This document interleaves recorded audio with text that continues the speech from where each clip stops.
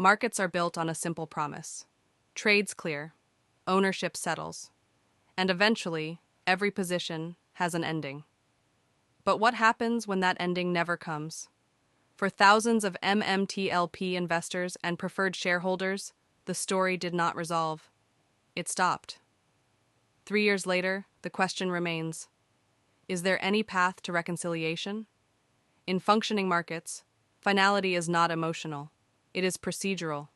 A trade executes, a position settles, a price is discovered. Even losses have closure. But in the case of MMTLP, the market did not resolve the position. It froze it. And time alone does not create finality.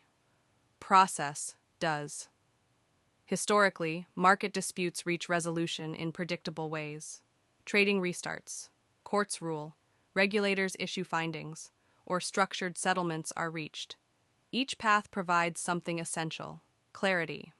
But in this case, none of those outcomes fully occurred. Trading never reopened. No court adjudicated the market mechanics. No regulator issued a comprehensive post-event accounting.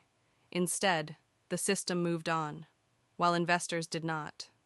Preferred shareholders still exist. The shares were not erased. They were not canceled. They were converted. But conversion came with a critical absence.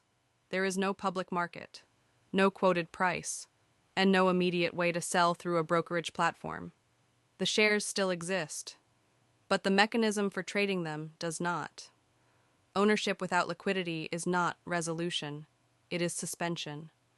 Part of what makes reconciliation so difficult is how authority is divided.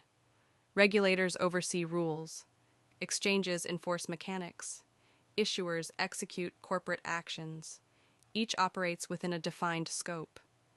But when responsibility is fragmented, accountability becomes diffuse.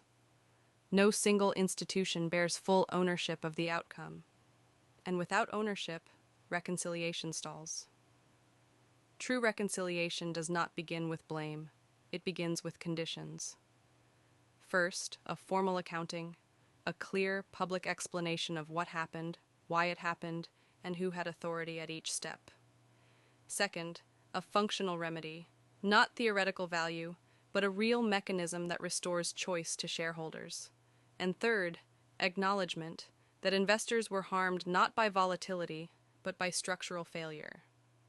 Without these elements, time does not heal the wound. It only distances the system from it. This episode is not about reopening old arguments.